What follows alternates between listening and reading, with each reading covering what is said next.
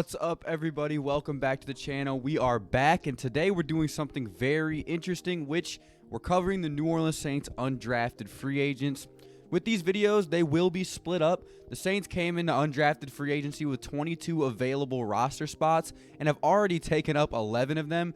So making a video on all the 11 players we signed at once wouldn't make much sense, especially because this list can expand. So today we'll be covering 5 of those 11 players. I hope you guys understand, but yeah. So we're going to be doing 5 today, and then the other 6 will either be tomorrow or the day after. And then if we do expand that undrafted free agent class, I will be making videos on those undrafted free agents as well. Sorry I'm a little late on this. I'm about 2 days late, I believe.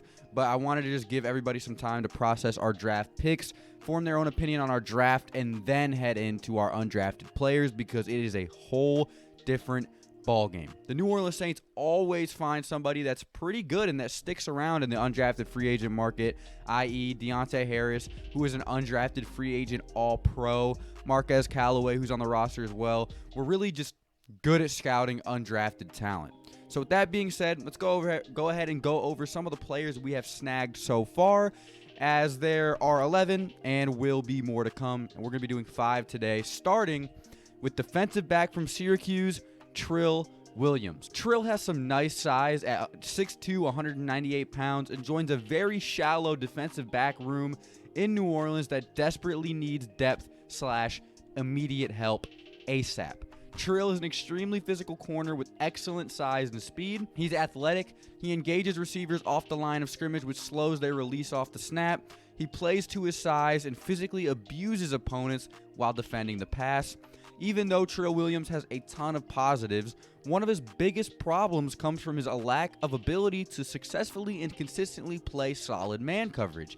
He is usually around half a step behind his opponent when in man coverage and seems to struggle covering crossing patterns specifically.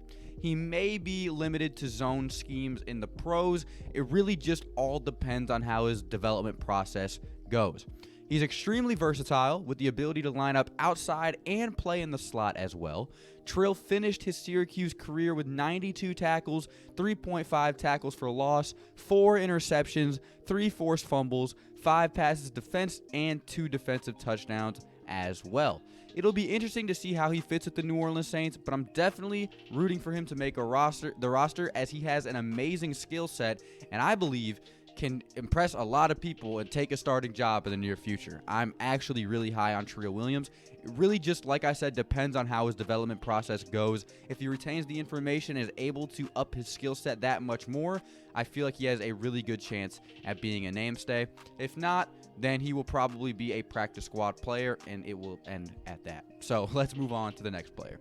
At number 2, we got tight end Dylan Soehner from Iowa State. The New Orleans Saints are bringing in Iowa State blocking tight end Dylan Soehner onto the roster to complete with Nick Vannett, Garrett Griffin, and Ethan Wolf for a roster spot behind Adam Trautman.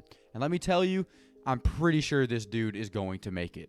Josh Hill was kept around for so long because of his amazing blocking ability. Sean Payton loves keeping at least one stellar blocking tight end on the roster every year.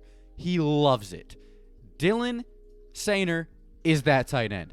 Like, he is that tight end for the job. He is literally, and yes, this is correct, 6'7", 270 pounds. He's an absolute mammoth. He is basically another offensive lineman. Like, actually, I'm not even kidding. In his final 2 years at Iowa State, Dylan Soehner had 312 yards and 1 touchdown, so he was developing a little bit more of a receiving game after he started out as a sole special teamer. So that means he has a little bit of a developmental process going on with his receiving game. He will be a long shot for a receiving option in New Orleans, but he still is huge. Expect him to have a ton of blocking packages and even a few jump balls coming his way. Next, we have the best camp battle to look forward to ever, because the next player is number 3, punter Nolan Cooney from Syracuse. Yes, you heard me correctly. There will be a punter camp battle in New Orleans this offseason. With Saints' longtime punter Thomas Morstead being cut over the offseason and having a horrendous down year, the Saints will be looking at Blake Gillikin and Nolan Cooney for the starting job.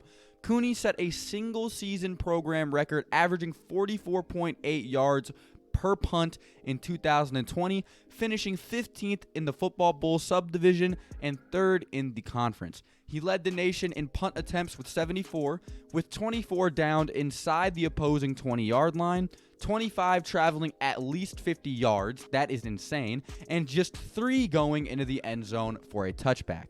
He beat out Thomas Morstead's average from 2020, which was 43.1, but also included several duds and whiffs that really hurt the Saints offense at different points, and that was not in Nolan Cooney's game last year, as he is a very, very young prospect. Last year, we really got to see how important it was to have a good punter on your roster, and now there will be a battle for a new, young, fresh starter at that position in New Orleans, and for some reason, I'm kind of excited to see who wins that race. Let me know down in the comment section below what you think. Let's move on to the next pick. The next grab we made was number 4, offensive guard Mike Brown. This is another offensive lineman that perfectly fits the wants and needs of the New Orleans Saints.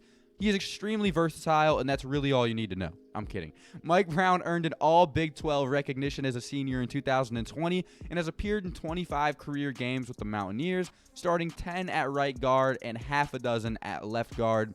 He's a big prospect at 6'3" and 340 pounds. Talk about an immovable object. He knocked down 12 defensive players in 2019 and didn't allow a sack in 10 games played. He is not a bad pickup. We just will have to see what Sean wants to do with him from here. We love offensive line depth. That's something that we've known forever. It's just, will he make the roster? I'm not so sure about that. Let's move on to the last player of this video. That's number 5. Cornerback Bryce Thompson. Bryce is a corner we snagged from Tennessee, standing at 5'10", 190 pounds. He is an excellent athlete with wonderful hip fluidity, showing capable bursts to carry receivers on vertical routes. He is extremely competitive and will tackle in the open field. He is an absolute menace in press coverage. I cannot stress that enough. He has a tad bit of unfavorable size, though, to his frame, which causes him to be thrown off routes and struggle to beat blocks on the perimeter every now and again. He will need to add some weight in the pros to keep and maintain his status as an outside corner. Most people saw Bryce Thompson as a corner with day 2 abilities, and that isn't just a homer lie. That was his actual draft stock. But he slid out of the draft, likely due to some character concerns. He was suspended in 2019 after an arrest on an awesome pickup for the New Orleans Saints. I feel like he has just enough to really, just enough playmaking ability to really make a difference. In 2018, he had 3 interceptions. In 2019, he had 3 interceptions. And in 2020, he had 2 interceptions as well. So this dude is really good. He also had 8 passes defended in those 3 years as well. He has a lot of talent. It just really depends on if he's able to get it going in the pros, and I'm really excited to see how that goes. 2 forced fumbles, 8 interceptions, 8 passes defended, a defensive touchdown, a fumble recovery, all of those in the last 3 years alone. I'm really excited to see how the New Orleans Saints go about developing this prospect right here. Let me know down in the comment section below, because your guys' opinions are my favorite opinions on the planet Earth. Yeah, let me know. Thank you guys so much for watching the first episode of the Undrafted Free Agent coverage. There will be more, I promise you that. And yeah, I'll see you boys in the next one. Adios.